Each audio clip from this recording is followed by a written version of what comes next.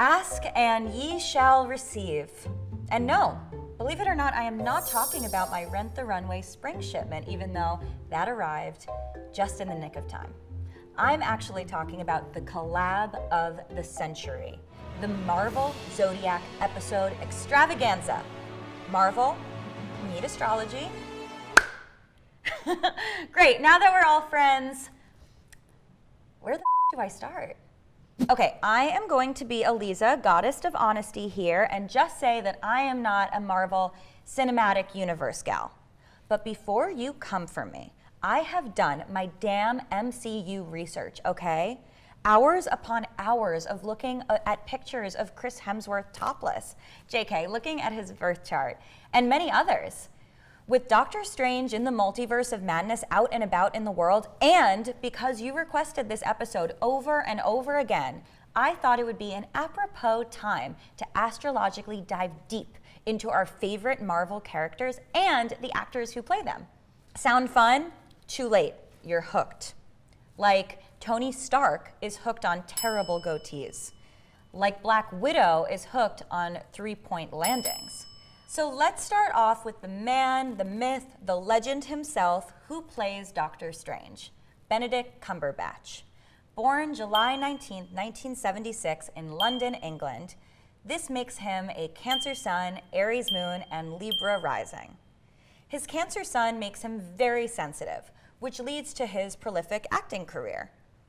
His Aries Moon makes him extremely driven and dedicated to his art, and his Libra rising makes his face look like a work of art. Did someone sculpt that perfect Venusian face? Michelangelo, this is your dude. And then we have his character, Dr. Stephen Strange. And what a strange character he is. Super rich and super smart. So smart that he actually learns magic. A strange rich sorcerer? Off the bat, that feels like big Scorpio energy to me. And the internet actually came through on this one because we actually have a birth date. Dr. Strange was allegedly born November 18th, making him a Scorpio! Woo! Who knew? Me. And yeah, that sounds right. Next up is the Scarlet Witch herself, Elizabeth Olsen.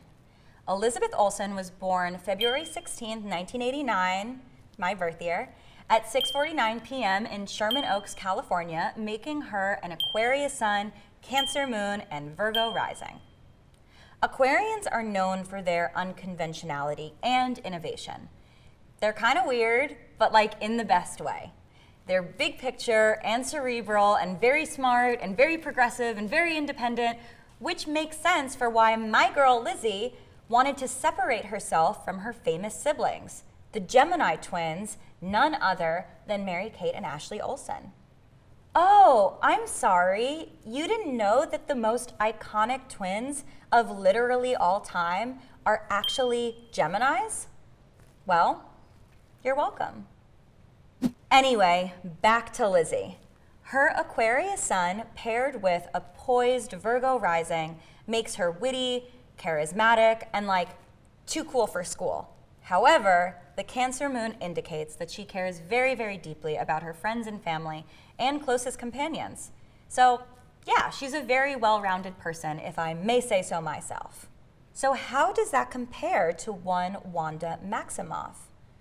Wanda was born on February 10th, 1990, making her an Aquarius. Yes, just like Elizabeth Olsen. Wanda Maximoff is definitely Aquarius energy. She accidentally kidnapped an entire town and forced them to live out their lives as a sitcom because she was grieving. The way that is so conceptual and such a strange way of coping with emotions is so Aquarius. Aquarius is literally associated with humanity at large, so it's really just so on the nose. It's Aquarius to the billionth degree, but I mean, hey, she's a superhero, so I guess she's allowed to be a little extra. Okay, that is enough about Doctor Strange in the Multiverse of Madness, because you know that if the Avengers had a big three, it would have to be Thor, Captain America, and of course, Iron Man. Which brings us to America's heartthrob, or at least one of the throbs of my heart, Robert Downey Jr., aka Iron Man. RDJ was born on April 4th, 1965 in Manhattan, New York, making him an Aries sun, Taurus moon, and obviously Leo rising. Honestly, this is a very hot big three in my opinion. He's got the ambition of an Aries sun, the sensuality of a beautiful Taurus moon, and the star power of a Leo rising. Honestly, what more could you ask for? Tony Stark was born May 29th, 1970, making him a Gemini, baby! Woo woo! Pow, pow, pow, pow! I totally buy this. I totally believe that a billionaire playboy has big gem energy. Tony is charismatic, he's a charmer, he's a little annoying. No, I'm kidding. Kind of. He's smart. He's a great communicator, and he's great with technology, so this definitely feels like a Mercury-ruled character. And now it is time for another Gemini, one of everyone's favorite Chris's. It's Chris Evans, aka Captain America. Chris Evans was born on June 13, 1981 in Boston, Massachusetts at 6:16 p.m., making him a Gemini sun, Scorpio moon, and Scorpio rising. There are a lot of Scorpio Gemini energies in this crew. Take note, Geminis are the social butterflies of the zodiac.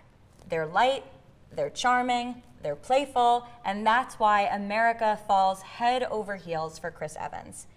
And with his Scorpio moon and rising placements, I think it's safe to say that Chris feels really deeply, but keeps his feelings really private. He reserves it for his acting, doing roles like Captain America.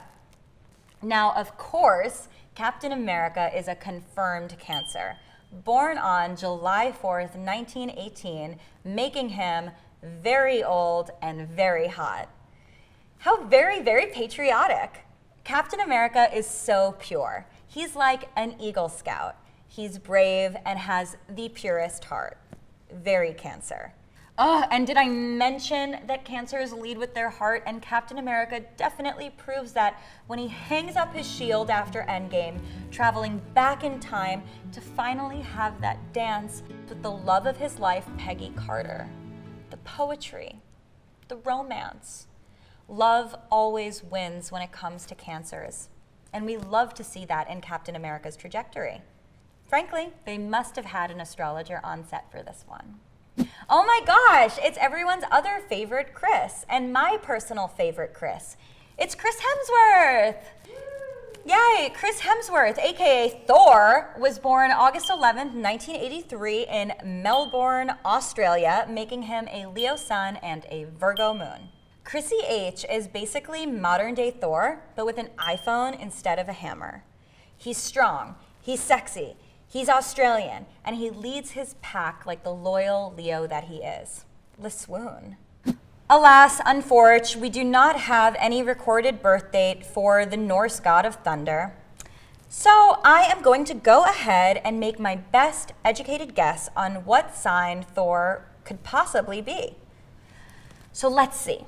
He is America's favorite himbo. He has big Viking energy. He's gone through tremendous adversity after losing his home world, his mom and dad, all while balancing a very strained relationship with his brother, but still he saves the day and he looks hot.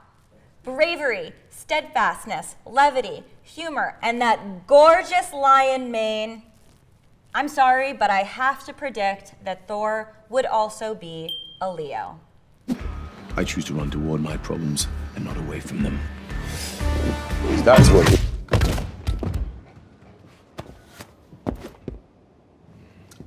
Because that's what heroes do. But wait, there's more. We cannot talk about Thor without talking about his sometimes evil, mostly evil brother, Loki, played by the talented Tom Hiddleston. Tom was born on February 9th, 1981 in Westminster, London, UK, making him an Aquarius sun and Aries moon. He is silky, creative, an authentic, tall glass of something I want to be sipping. He has hot villain energy on and off the screen, and he's so talented, which makes sense for an Aquarius sun. They have issues with authority and feel best doing creative things. Check, check, and check. Now Loki, everyone's problematic fave. Is he problematic? I mean, clearly he has issues to work out, but he's working on them. And you can't help but stan bad boy Loki, or bad girl Loki. I love the multiverse. And according to a bunch of Googling that I have done, I tracked down a birth date for him, and that birth date is December 17th, making him a dangerous Sagittarius, our first Sag in the bunch. And a Sagittarius sun is extremely appropriate for the god of mischief. It's the same energy. Sagittarius are really fly by the seat of their pants. They're here for a good time, but not a long time. Both Sagittarius and Loki are not sugarcoating the truth. They're calling out, telling it like it is, and causing a lot of trouble literally just for the hell of it. What's your name?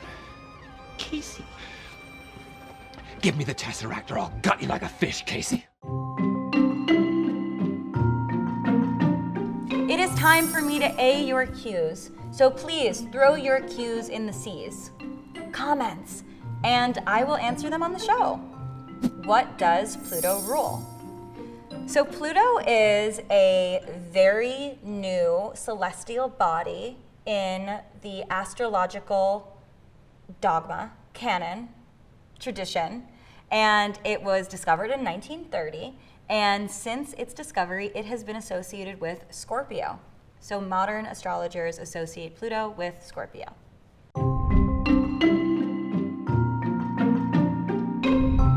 Scorpio. Scorpio is the 8th sign of the Zodiac, and it is a water sign, it is a fixed sign, and it is associated with intensity, transformation, and sexy time. Sexy, sexy, sexy time. In traditional astrology, it is associated with Mars, which is the planet of aggression and war and action. And in modern astrology, it is associated with Pluto, the very distant astrological symbol of transformation from the inside out. Pluto is a very powerful energy. It is about reimagining systems and tearing them down in order to build them back up. So yeah, it's intense. Aquarius is the penultimate sign of the zodiac. It is the 11th sign. It is the last air sign. It is a fixed sign, and it is associated with either Saturn in traditional astrology or Uranus in modern astrology. The interesting thing about seeing Aquarius through a Saturnian lens is that we can understand that Aquarius, even though it is very revolutionary and progressive and innovative, it also is intense and firm and boundaried. It does not like to be told what to do, and it is really not making any exceptions for anyone. When we look at Aquarius through the Uranian lens, it really captures the innovation and the progress and the rebellious nature of it. So Aquarius is an interesting one because it has this duality reflected in whether you're using a traditional or modern practice. And that is it, my astro detectives. Another case closed. Pray tell, which celebrity universe should we investigate next? Comment below and keep your eye on the stars. Ta-ta!